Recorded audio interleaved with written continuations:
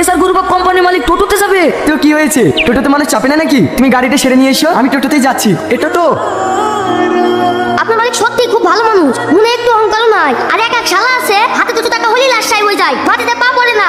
ও বইল চাচা, আমাদের বাড়ি অমদি যাবা? হ্যাঁ বাড়ি যাস তো আয়, মাঠে শাক তুলতে আসছিলে। হ্যাঁ চাচা।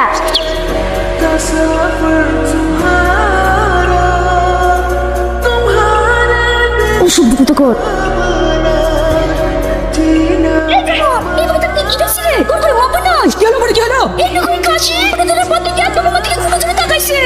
বিনাম গাড়ি থেকে আমার টোটো বসে আমার হাতে থেকে টিফিন করো না। না চাচা, আমি ইফটিজিং করছিল না। তোকে আমার প্রথম থেকেই সন্দেহ হয়েছিল। যা সব আর একটা পরে বাবা কোর্ট পাইছে, তাই বেরিয়ে চলে এসে মেয়ে পাঠাইতে। এরপরে গাড়ি তোর। স্যার কি আসবে না? হ্যাঁ আসছে, গাড়ি খারাপ হয়ে গেছিল তো, সারা হয়ে গেছে, 2-5 মিনিটের মধ্যে ঢুকি পড়বে।